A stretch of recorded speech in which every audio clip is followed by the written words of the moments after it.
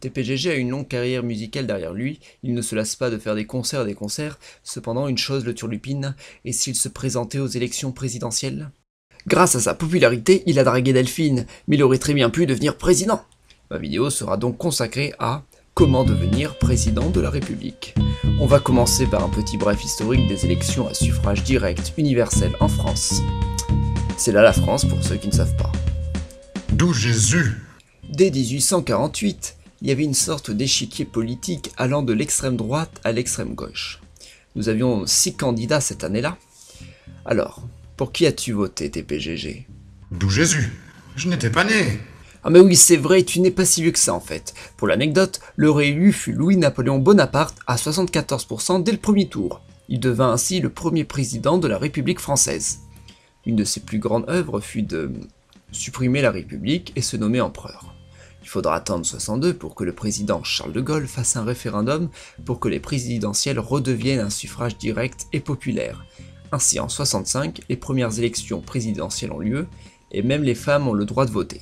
C'est pas génial ça? Les candidats furent tous ceux-là. Alors TPGG, pour qui as-tu voté en 1965? D'où Jésus? Mais j'étais encore au Congo en 1965. Ah mais oui, c'est vrai, je n'ai pas bien suivi ta biographie. Pour l'anecdote, Charles de Gaulle fut élu au second tour contre Mitterrand. Contrairement à Napoléon III, il n'a pas tenté d'être chef d'État à vie, loin de cela puisqu'il démissionnera en 1969. Pauvre Alain Poher, alors président du Sénat, qui doit se taper la corvée d'être président en attendant les prochaines élections. Les candidats furent en 1969 au nombre de 7. TPGG était arrivé à Koumak en 68. Pour qui as-tu voté, TPGG? Je n'avais pas la nationalité. D'où Jésus? Ah mais oui, c'est vrai, on te l'a donné en 1971. Mais ça, c'était pas signalé dans la biographie. Pour l'anecdote, après cette année révolutionnaire que fut 1968, avec l'envie de changement, de socialisme, de jeunesse, l'année 69 offrira un second tour avec 2 candidats à droite. Georges Pompidou sera élu face à Alain Poher. En 1974, tout va bien si ce n'est que Pompidou meurt durant son mandat. Alain Poher, président du Sénat, doit encore se taper la corvée d'être président de la République pendant les élections. On trouvera des nouveautés comme les sondages quotidiens, une dizaine de partis, des annonces télé et un débat en direct. Tout cela pendant 1 mois et demi seulement. Les candidats sont nombreux. Oui, je le confirme, il y en a trop.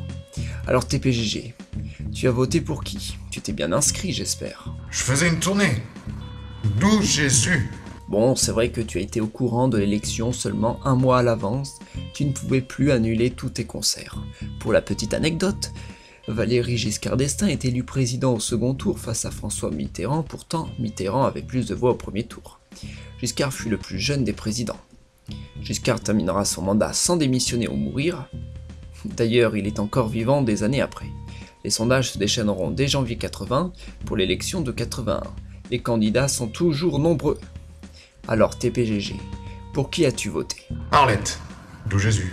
Pour Arlette de Lutte ouvrière, ton côté anticapitaliste et révolutionnaire a pris le devant.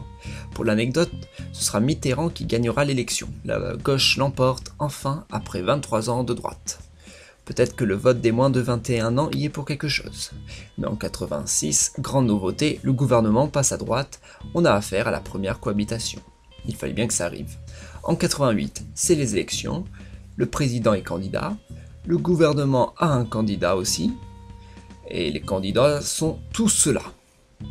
Toujours les mêmes. Alors TPGG, tu as voté pour qui cette fois-ci? Les Verts. D'où Jésus? Oh, TPGG se préoccupe désormais pour l'écologie.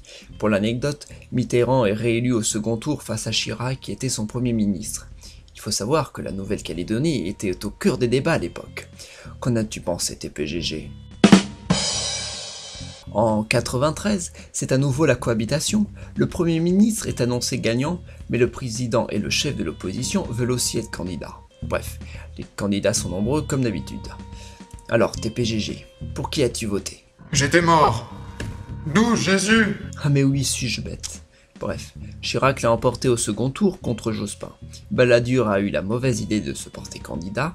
Lui et tous ses supporters ne seront pas présents dans le nouveau gouvernement. En 97, il y a une autre cohabitation et la gauche prend le pouvoir. En 2002, c'est les élections les candidats sont très nombreux. Bon, TPGG, tu t'es mort à cette époque-là, donc on va résumer. Un fort taux d'abstention, une gauche très divisée, un Front National puissant. Voilà ce qui fait qu'il arrivera au second tour, mais c'est Chirac qui l'emportera. 5 ans plus tard, le mandat de Chirac se termine, on est en 2007. Les candidats sont un peu moins nombreux, Sarkozy gagnera contre Royal en jouant la carte du président moderne, en s'éloignant du gaullisme dont il est d'origine. Puis en 2012, rebelote, c'est la crise, enfin depuis 1974, il y a 10 candidats, un nombre simple à retenir. TPGG a eu le temps de ressusciter entre-temps, alors TPGG, t'as voté pour qui? Cheminade. D'où Jésus. Celui qu'on n'arrive pas à placer, la conquête spatiale. Et au second tour, tu as voté pour qui? Sarkozy. D'où Jésus. Ah, Marre de payer des impôts. eh bien, j'espère que, enfin, d'accord, bref. Mais bon, au final, ce sera Hollande qui sera élu, voilà. Maintenant que nous savons tout, nous allons devoir analyser les points importants pour pouvoir être élu président.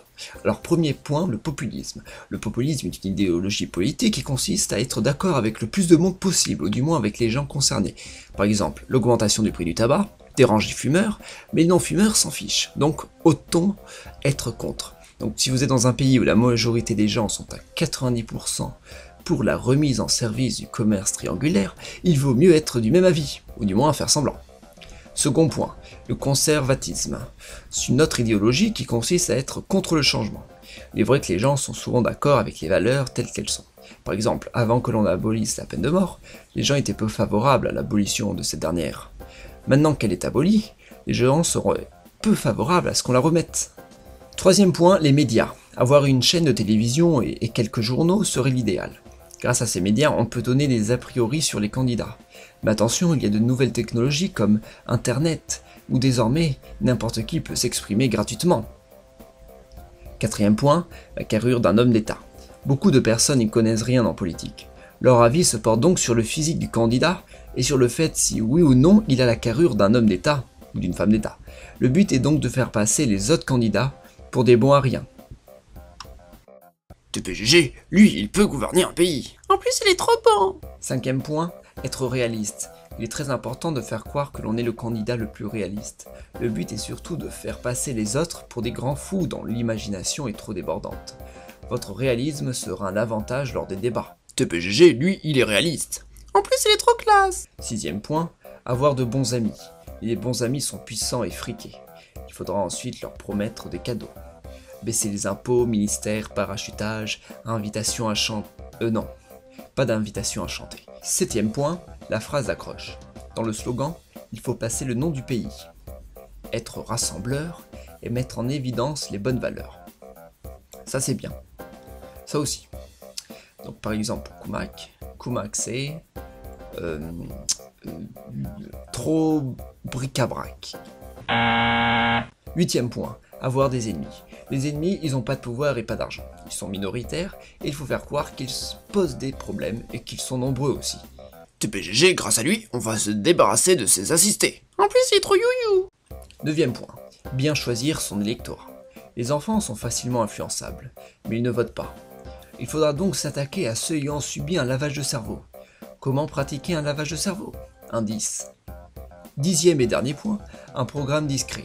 Avoir un programme c'est bien, mais quand il doit arranger des amis, il vaut mieux le rendre discret. Lors des débats, parlez le moins possible, et si possible, de la pluie et du beau temps. Voilà, donc si vous avez un peu d'argent et que vous suivez bien ces conseils, vous avez des chances de devenir président. Alors, bonne chance les amis. Bon, pour conclure cette vidéo, je vais donner une liste de personnes qui ont réussi à se faire élire tout en suivant à peu près ces conseils. Alors pour commencer, il y a